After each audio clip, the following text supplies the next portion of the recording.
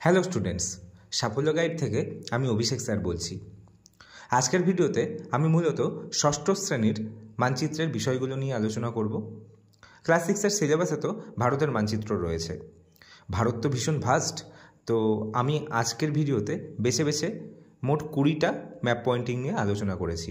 তো ভিডিওটা শুরু করার আগে প্রথমেই তোমাদের বলবো, ভিডিওটা কিন্তু প্রথম থেকে শেষ পর্যন্ত অত্যন্ত মনোযোগ সহকারে দেখবে, কারণ আজকের ভিডিওতে যে আমি শুধু ম্যাপ পয়েন্টিং শেখাবো তাই নয়, তার পাশাপাশি আমি বলবো যে আমরা ম্যাপ পয়েন্টিং করতে গেলে কোথায় কোথায় ভুল করি বা আমাদের কী কী সাবধানতা অবলম্বন করা উচিত। যাই হোক, এই 20টা টোটাল টপিক বা ম্যাপ পয়েন্টিং তো একটা ম্যাপ কাগজে করা পসিবল নয়, সে কারণে আমি 3টা ম্যাপ কাগজে করেছি। তো আমি পরপর আলোচনা করব।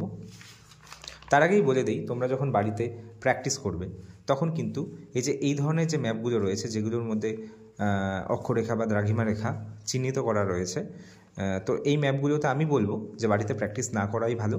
কারণ তোমরা যদি মানে সত্যি কথা বলতে কি, এই ম্যাপগুলোতে এগুলোর কারণে, অক্ষরেখা বা দ্রাঘিমা রেখার কারণে আমাদের কিন্তু ম্যাপ করতে, পয়েন্টিং করতে অনেক বেশি সুবিধা হয়। যে কারণে আমরা যদি বাড়িতে এসব ম্যাপে করে করে অভ্যস্ত হয়ে যাই, তাহলে কিন্তু বাই চান্স যদি পরীক্ষার হলে আমাদের এরকম স্বচ্ছ, মানে যেখানটায় অক্ষরেখা বা দ্রাঘিমা রেখা নেই, সেই সমস্ত ম্যাপে যদি আমাদের করতে দেয়, তাহলে কিন্তু আমাদের প্রবলেম হতে পারে, মানে আমরা তখন কিন্তু কনফিউজ হয়ে যেতে পারি। সেজন্য আমি বলবো বাড়িতে প্র্যাকটিস করার সময় এরকম নিট অ্যান্ড ক্লিন ম্যাপের মধ্যেই প্র্যাকটিস করবে। আর পরীক্ষার সময় আমরা যখন ম্যাপ করব তখন কিন্তু অবশ্যই ওপরে এভাবে নাম লিখব, ক্লাস লিখব, সেকশন, রোল নাম্বার সমস্ত কিছু লিখে দেব, ঠিক আছে? কারণ লিখব কেন?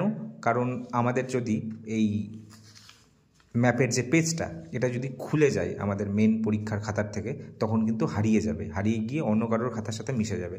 এতে কি হবে? আমরা কিন্তু নাম্বারটা পাবো না, ম্যাপের যে একটা নাম্বার থাকে, ঠিক আছে, সেই মার্কসগুলো কিন্তু পাবো না।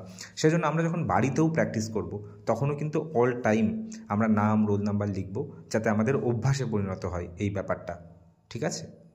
যাই হোক, দেখো আমি পরপর আলোচনা করছি। দেখো 1 নম্বরে কী রয়েছে? 1 নম্বরে রয়েছে গোদাবরী নদী। গোদাবরী নদীটা কোথা থেকে শুরু হয়েছে? এখান থেকে শুরু হয়ে অবশেষে বঙ্গোপসাগরে পড়েছে। আচ্ছা, আমরা কিন্তু এখানেও চাইলে গোদাবরী নদী লিখতে পারতাম, কিন্তু এরকম লিখলে অনেক সময় কি হয়, যদি পাশাপাশি দুটো ম্যাপ পয়েন্টিং থাকে সেক্ষেত্রে ওভারল্যাপ হয়ে যায় বা পরিষ্কারভাবে বোঝা যায় না, ঠিক আছে? একটা লেখার ওপর আর একটা লেখা চলে যায়, যে কারণে ম্যাপটা পরিষ্কার স্বচ্ছ রাখার জন্য আমরা কি করব, এখানটায় নাম্বারিং করে দেব। নাম্বারিং করে তারপরে এখানটায় আমরা নামটা লিখে দেব, ঠিক আছে? দেখো 1 নম্বরে রয়েছে গোদাবরী নদী, তাই আমি এখানটায় 1 লিখলাম। 1 লিখে পাশে যে কোনো একটা ফাঁকা জায়গা, সেটা এখানেও হতে পারে, এখানেও হতে পারে, ঠিক আছে, আমরা পাশে এরকম নামগুলো লিখে দেব, ঠিক আছে? আর চিন্তার বিষয় নেই, তোমাদের পরীক্ষার সময় এত ম্যাপ করতে দেবে না, হাতে গুনে মোটামুটি 5টা 6টা এইরকমই দেয়, তার বেশি দেয় না, ঠিক আছে? তো যাই হোক, তো আমি যেমন সাজেস্ট করব, ম্যাপ কাগজের কোনো একটা ফাঁকা জায়গায় এরকম নামগুলো লেখাই ভালো। যাই হোক, দেখো 1 নম্বরটা তো আমি বললাম, এবার 2 নম্বরে কী রয়েছে? পশ্চিমের মরু অঞ্চল। দেখো পশ্চিমের মরু অঞ্চল তো একটা বিস্তীর্ণ এলাকা, যে কারণে আমরা কি করলাম, এই মরু অঞ্চলটাকে চিহ্নিত করলাম, তারপরে কোনো একটা নির্দিষ্ট সিম্বল দিয়ে দেখিয়ে দিলাম।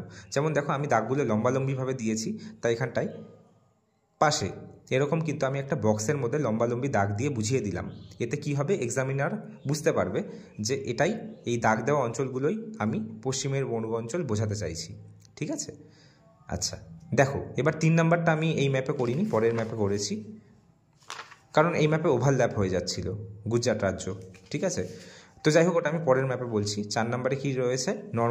নর্মদা নদী। দেখো নর্মদা নদী এখান থেকে উৎপন্ন হয়ে অবশেষে আরব সাগরে পড়েছে। তারপরে দেখো মেঘালয় রাজ্য কোথায় রয়েছে? এখানে রয়েছে। এর আগের আমি দাগগুলো লম্বালম্বিভাবে দিয়েছিলাম, এখানেও দিতে পারতাম, কিন্তু আমার মনে হয় একটু আলাদা চিহ্ন দেওয়াই ভালো, তাতে এক্সামিনারের অনেক সুবিধা হয় আর একটা ভালো ইমপ্রেশন তৈরি হয়।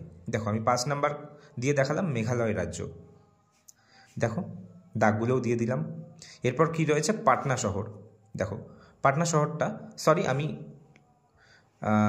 7 নাম্বার লিখতে ভুলে গিয়েছি, তোমরা কিন্তু অবশ্যই লিখে দেবে, ঠিক আছে? এখানটায় 7 নাম্বার লিখে দেবে, ঠিক আছে? আচ্ছা, এই ভুলটা যেন না হয়, আমি যেমন নাম্বারিং করতে ভুলে গিয়েছি, তোমরা কিন্তু কোনো মতেই নাম্বারিং করতে ভুলবে না।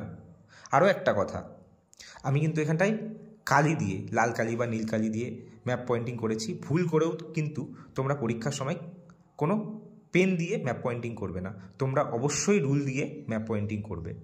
আমি কেন পেন দিয়ে করেছি তোমাদের মনে প্রশ্ন আসতে পারে যে স্যার কেন হচ্ছে ম্যাপ পেন দিয়ে করলো।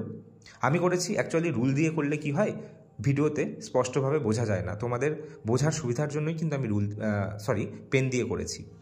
ওকে, দেখো পাটনা শহর হলো, এরপর কি রয়েছে দেখো উপকূলীয় ম্যানগ্রোভ অরণ্য। তাহলে এই যে 8 নম্বরে রয়েছে উপকূলীয় ম্যানগ্রোভ অরণ্য, ঠিক আছে। আচ্ছা, এবার বলে দেই ম্যানগ্রোভ অরণ্য বলুক বা সুন্দরবন অঞ্চল বলুক বা বৃহত্তম ম্যানগ্রোভ অরণ্য বলুক, সব কিছুর অ্যান্সার কিন্তু একই হবে, ম্যাপ পয়েন্টিং একই হবে, ঠিক আছে। দেখো এখানটায় 8 নাম্বার অথবা 12 নাম্বার দিয়ে আমি উপকূলীয় ম্যানগ্রোভ অরণ্য ব্র্যাকেটে সুন্দরবন লিখেছি, তোমাদের যে কোনো একটা দেবে, ঠিক আছে। আমি একবারেই দেখিয়ে দিলাম। এবার 10 নম্বরে কী রয়েছে, কাবেরী নদী। দেখো কাবেরী নদী কোথা থেকে উৎপন্ন হয়েছে, তোমরা জানো তালকাবেরী থেকে উৎপন্ন হয়ে অবশেষে বঙ্গোপসাগরে পড়েছে, ঠিক আছে। এই যে আমি দেখালাম, 10 নাম্বার দিয়ে দেখিয়ে দিলাম। এরপর 11 নম্বরে কী রয়েছে, কেটু বা গডউইন অস্টিন। দেখো আমি 11 নম্বরে দেখালাম কেটু বা গডউইন অস্টিন, আর একটু পাহাড়ের মতো চিহ্ন করে দিলাম, ঠিক আছে, ভালো লাগে দেখতে। এরপর 13 নম্বরে রয়েছে আন্দামান ও নিকোবর দ্বীপপুঞ্জ। দেখো এই যে আন্দামান ও নিকোবর দ্বীপপুঞ্জটা এখানে রয়েছে। 14 নম্বরে রয়েছে ব্রহ্মপুত্র নদী। দেখো এখান থেকে উৎপন্ন হয়ে অবশেষে পরবর্তীতে অরুণাচল প্রদেশ হয়ে বাংলাদেশে ঢুকে গিয়েছে। আমাদের যেহেতু সিলেবাসে শুধুমাত্র ভারতের মানচিত্র রয়েছে, তাই আমি বাংলাদেশে ঢুকে গেল এটা এতটুকুই দেখালাম। এরপর বাংলাদেশে গিয়ে কোথায় গিয়ে পড়লো সেগুলো দেখানোর দরকার নেই, এখানেই ছেড়ে দিলাম। এরপর দেখো মুম্বাইটা কোথায় রয়েছে, এই যে এখানে রয়েছে, আরব সাগরের তীরে, ঠিক আছে। এরপর আমরা চলে আসি, এই দেখো 3 নম্বরে কী রয়েছে, যেটা আমি আগের ম্যাপে দেখাইনি যেহেতু ওভারল্যাপ করে যাচ্ছিল, তোমাদের যাতে অসুবিধা না হয় তাই আমি আলাদা মানচিত্রে দেখিয়েছি। দেখো 3 নম্বরে রয়েছে গুজরাট রাজ্য। দেখো এটা কিন্তু আমি একটা আলাদা সিম্বল দিয়ে দেখিয়েছি, ঠিক আছে। এবার ওই আগের ম্যাপের মতো আমি যেরকম বক্সের মধ্যে সিম্বলটা দিয়ে দিয়েছিলাম, ঠিক আছে, তো তোমরা কিন্তু বক্সের মধ্যে যদি সিম্বলটা দিয়ে দাও তাহলে ভালো হয়, ঠিক আছে। আমি এখানে দেইনি, বাট তোমরা চাইলে দিতে পারো, একটা বক্স করে ওই বক্সের মধ্যে গোল গোল দিয়ে দিলে, যেমনটা আমি গুজরাট রাজ্যে দেখিয়েছি, ঠিক আছে। এরপর দেখো 6 নম্বরে কী রয়েছে, কর্কট ক্রান্তি রেখা। দেখো 6 নম্বরে রয়েছে কর্কট ক্রান্তি রেখা, এই যে আমি দাগ দাগ দিয়ে দিয়েছি, এটা হলো কর্কট ক্রান্তি রেখা।